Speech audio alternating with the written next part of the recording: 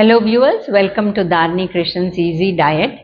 நம்ம ஸ்பெசிஃபிக்காக என்ன பற்றி பேச போகிறோன்னா கியூக்கம்பர், வாட்டர்மெலன் அண்ட் நம்மளோட கிர்னி பழம். இதெல்லாம் வந்தாலே சம்மரில் ரொம்ப ஈஸியாக கிடைக்கும். ஏன்னா சம்மரில் நம்மளுக்கு நிறைய ஸ்வெட் ஆகும். இது மூணுமே உங்களுக்கு சம்மரில் தான் நிறைய கிடைக்கும். இது சாப்பிடலாம். இப்போ ஒரு கியூக்கம்பர் 12 மாதமும் கிடைக்கிது, சாப்பிடலாம்.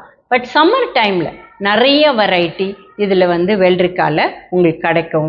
டார்க் கலர் வெள்ளரிக்காய், அப்புறம் லைட் க்ரீன் கிடைக்கும். தர்பூஸ் வெளியில் வரி வரியாக போட்ட ஒரு பச்சை கிடைக்கும், இல்லை ஃபுல் பச்சை அது கூட கிடைக்கும். கிர்னி பழம்னு வரைச்சே நீங்கள் இந்த மாதிரி எல்லோ கலர் அந்த மாதிரி கிடைக்கும். இதே சம்மரில் நம்ம சாப்பிடணும் அப்படின்னு பார்த்தீங்கன்னா அந்த டைமில் தான் பெஸ்ட்டு. இந்த மாதிரி ஒரு ஃப்ரூட்ஸ் கிடைக்கிறது, ஃபுல் நியூட்ரிஷன் அதில் இருக்கும். இப்போ நிறைய பேர் இது மூணையுமே அவாய்ட் பண்ணிடுறாங்க. ஏன் பார்த்தீங்கன்னா எங்களுக்கு கோல்டு பிடிச்சிடும், இது சாப்பிட்டாலே கோல்டு பிடிச்சிடும் அப்படின்னு சொல்லுவாங்க. நீங்கள் ஒரு தடவையும் கோல்டு பிடிச்ச போது இதுதான் சாப்பிட்டீங்கன்னு நோட் பண்ணி வச்சிங்களா? அப்போ தான் நீங்கள் இதை பற்றி கவலைப்படணுமே வழிய, இல்லைன்னா ஒரு ஸ்டாண்டர்டாக இது சாப்பிட்டா கோல்டு வந்துடும் அப்படின்னு இதை அவாய்ட் பண்ணுறது அவ்வளோ சென்சிபிள் கிடையாது. ஏன்னா அந்த ஹைட்ரேஷன், அதில் இருக்கிற அந்த நியூட்ரியன்ஸ் எல்லாமே நம்மளுக்கு அந்த டைமுக்கு தேவைப்படுது. ஒரு சீசன் சம்மர்னால் அந்த டைமில் மேக்ஸிமம் தேவைப்படுது இதுதான். அதனால இதை ரெகுலராக நம்ம யூஸ் பண்ணிட்டு வந்தோம்னா இது ஹெல்த் பெனிஃபிட்ஸ் தான் கிடைக்கும். இப்போ சில பேர் சொல்லுவாங்க, எங்களால் வெள்ளரிக்காவை பச்சையாக சாப்பிட முடியல, இதை சாப்பிட்டா எங்களுக்கு டைஜஷன் ப்ராப்ளம் வந்துடுது, டைஜஸ்டே ஆக மாட்டேங்குது, அப்படியே வயிற்றில் அப்படியே நிற்குது அப்படின்னு சொல்லுவாங்க.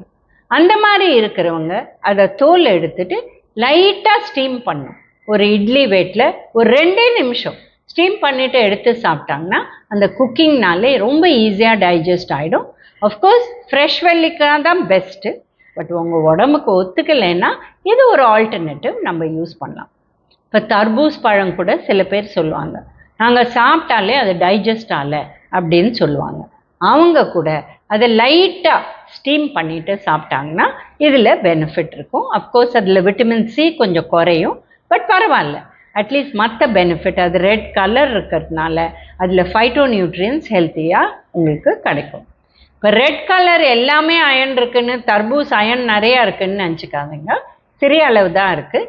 அண்ட் இதில் இது மூணுலேயுமே கிர்னி பழம், தர்பூஸ் பழம், வெள்ளரிக்காய் எல்லாமே லோ கேலரி. ஸோ வெயிட் ரிடக்ஷனில் இருக்கீங்களா, நீங்கள் ஃப்ரூட்ஸ் அண்ட் வெஜிடபிள்ஸ் சாப்பிட்றது இதை மிக்ஸ் பண்ணி சாப்பிட்டிங்கன்னா உங்களுக்கு லோ கேலரி கூட கிடைக்கும். ஏன்னா நார்மலாக அதை பச்சையாக கட் பண்ணி அப்படியே சாப்பிடணும். இப்போ கிர்னி பழத்தில் நிறைய பேர் சர்க்கரை நிறைய போடுவாங்க, இல்லை தேன் போட்டுப்பாங்க, அதெல்லாம் தேவையே கிடையாது. கிர்னி பழமே ஸ்வீட்டாக தான் இருக்குது. உங்களுக்கு அந்த அளவு ஸ்வீட் இல்லைன்னு தோணுச்சுன்னா அதோட கொஞ்சம் காஞ்ச திராட்சை, இல்லை இந்த அத்திப்பழம் ஏதாவது ஒன்று நம்ம கட் பண்ணி போட்டுட்டு அதோட சாப்பிட்டுக்கலாம். பட் இதை ஜூஸாக கொடுக்குறாங்கன்னு நீங்கள் வெளியில் சாப்பிட்டிங்கன்னா ஃபஸ்ட்டு ஹைஜீன் ப்ராப்ளம், அடுத்தது அதில் சர்க்கரை கட்டாயம் போட்டு கொடுப்பாங்க, இல்லை கலர் கூட ஆட் பண்ணக்கூடிய வாய்ப்பு இருக்குது. பட் பெஸ்ட்டு பழத்தை அப்படியே கட் பண்ணி சாப்பிட்றது. ஸோ கிர்னி பழம், தர்பூஸ் பழம், இல்லை வெள்ளரிக்காய் இதெல்லாம் கோல்டு க்ரியேட் பண்ணாது, பயப்படாதீங்க. உங்களுக்கு என்றைக்கோ ஒரு நாள் கோல்டு வர டைமில் நீங்கள் சாப்பிட்டீங்க, அதனால அது வந்துடுச்சா, இல்லை ரெகுலராக நீங்கள் மெயின்டைன் பண்ணிவிட்டு நம்ம வெள்ளரிக்காய் சாப்பிட்டோம், தர்பூஸ் சாப்பிட்டோம், கிர்னி சாப்பிட்டோம், ஒரு தடவையும் உங்களுக்கு கோல்டு வருதா அப்படின்னா அப்போ நம்ம அந்த விஷயத்தை தவிர்க்க வேண்டிய அவசியம் வரும். Thank you viewers. Please like, share and subscribe our channel.